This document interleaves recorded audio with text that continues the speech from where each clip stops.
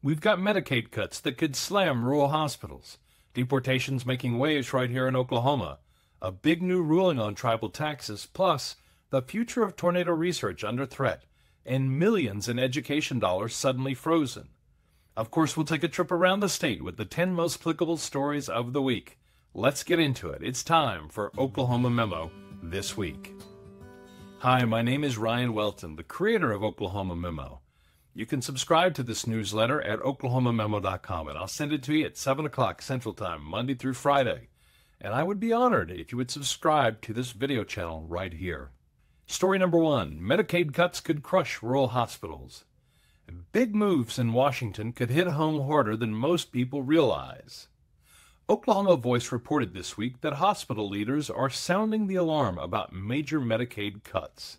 They're part of President Trump's so-called Big Beautiful Bill, which is now law.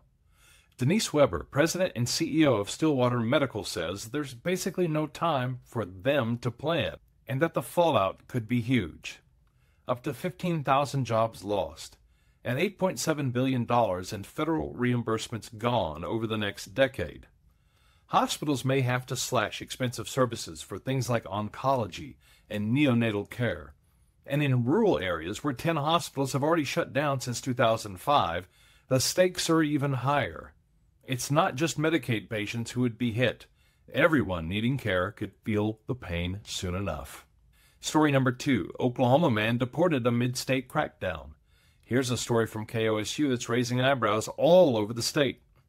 Cesar Reyes, once a member of Governor Kevin Stitt's Hispanic Advisory Council, has been deported to Guatemala. He had no criminal record, and there's been no clear public explanation. Reyes came here as a teen working in Oklahoma City, even stood beside the governor for official photos. But after House Bill 4156 passed, criminalizing undocumented presence, and Stitt launched Operation Guardian, Reyes found himself targeted. The law is still tied up in court, but deportations like his are moving forward anyway. Advocates say it's a betrayal of trust and a dangerous step toward local crackdowns on immigration. Story number 3, Oklahoma Supreme Court upholds state income tax on tribal citizens. There was a major ruling this week on tribal sovereignty. From Oklahoma Voice, the Oklahoma Supreme Court says the state can keep taxing tribal citizens who live and work on their own reservation land. Governor Stitt called this, quote, a big win, slamming what he called attempts to create a, quote, two-tiered system. But tribal leaders like Muskogee Principal Chief David Hill say this ruling twists federal law and that the state courts are doing, quote, legal gymnastics to get around the U.S. Supreme Court's McGirt decision. This battle over taxing power in Indian country is far from over, and it could end up at the nation's highest court. Story 4, National Severe Storms Lab faces shutdown. One of Oklahoma's crown jewels in weather science could soon vanish. State Impact Oklahoma had the story this week. The latest NOAA budget plan would gut funding for Norman's National Severe Storms Lab. That's the lab behind Warn On Forecast, a program that once gave Iowa residents a 75-minute tornado warning. That's compared to the usual 5 or 10. They're also leading Vortex USA, trying to figure out why tornadoes in the southeast are deadlier. Senator James Langford says he's watching the budget, but so far, there's been no promise to stop these cuts. Oklahoma could lose its edge in severe weather research and see slower, less accurate warnings. Story 5, Trump administration freezes $70 million in Oklahoma education funds. Oklahoma schools are bracing for a sudden financial squeeze. The Trump administration just froze over $70 million in federal education funding for Oklahoma. That's money for teacher training, English learner support, after and before school programs, and even resources for migrant kids. State Superintendent Ryan Walters praised the move, calling it, quote, careful stewardship. But critics warn it could leave vulnerable students in the lurch, and districts are now told, budget only for what's already locked in. Everything else on hold indefinitely. And that's your top 5 stories shaping Oklahoma this week. A quick look at weather for the upcoming week shows storm chances on and off all week with highs in the upper 80s to lower 90s. We're talking about thunder showers and summertime thunderstorms. Not necessarily the severe type of weather we usually get in April or May. but be prepared, it's liable to be humid and steamy.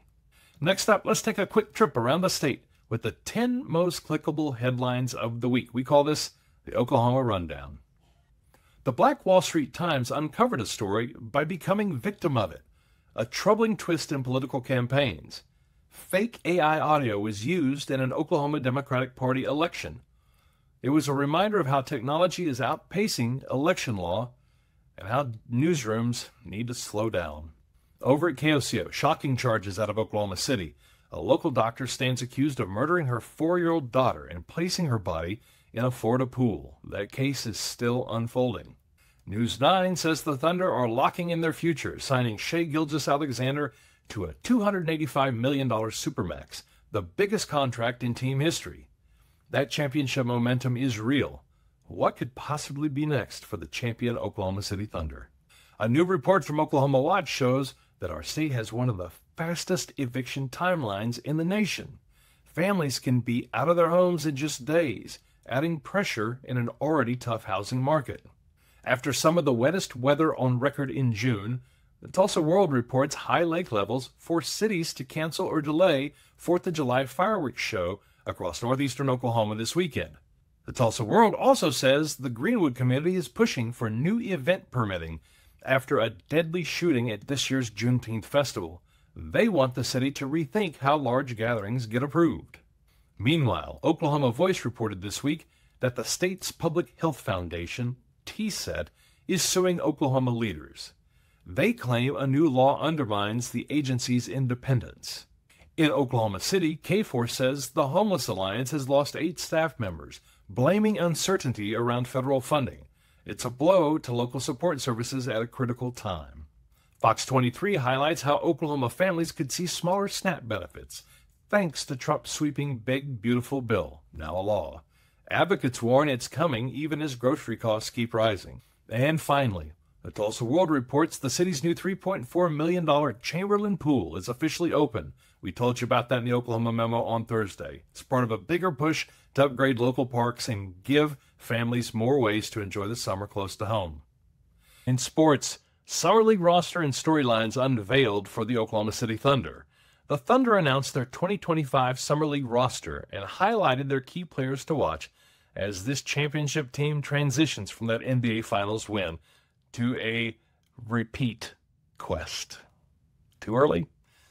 Jalen Williams wrist surgery. Thunder star Jalen Williams, J-Dub, is set to undergo surgery on his right wrist. An important development as the team prepares for the new season. That story was from KOCO. As we told you before, Shai Gilgeous-Alexander signs a Supermax contract. SGA officially finalized that contract extension this week, cementing his long-term place as the Thunder's cornerstone. From high school baseball, top prospect Ethan Holiday has been recognized nationally. Stillwater High School star earned the Gatorade Oklahoma Baseball Player of the Year and was also named Baseball America's High School Player of the Year, continuing his family's storied legacy. And a CBS Sports mock draft has Ethan going number 1 in this year's Major League Baseball draft on July the 13th to the Washington Nationals. In minor league baseball this week, the Oklahoma City Comets went 2-2 in its series with the Las Vegas Aviators, including a 10-6 loss that I got to watch last night. The Tulsa Drillers went 1-3 in a series this week versus Wichita, with Saturday games pending. And from FC Tulsa surged to a dominant 4-1 win over the Chattanooga Red Wolves SC in their second USL Jägermeister Cup fixture, led by goals from Taylor Calhera, Jimmy Weber, Stefan Lukic, and Owen Dam. The result not only secured 3 valuable points in the Cup standings, but also marked key milestones for players across the squad. The guys are in Miami, Florida this weekend to take on Miami FC in a USL matchup. That one starts at 6 p.m. Central Time. And that is all for week 2 of what we're calling Oklahoma Memo This Week. If you've subscribed already to this channel, thank you so much. You're helping to power an important mission. And that mission is to increase media literacy by making it easier to access. And we're doing that with a daily newsletter, Oklahoma Memo, and these YouTube videos that introduce you to quality reporting and vetted journalism from reputable newsrooms. A free press is vital for a functional democracy. It is important work for the journalists who practice and it is the responsibility of every American citizen to stay informed. Oklahoma Memo is here to help. Visit oklahomamemo.com to subscribe. That newsletter will hit your inbox at 7 o'clock Central Time, Monday through Friday. We may expand to weekends at some point, so watch out. And subscribe right here to this channel. If it's on YouTube, thank you so much. We grew real fast in 1 week, and we're just getting started. For Oklahoma Memo, I'm Ryan Welton, wishing you the best week yet. We'll see you next weekend.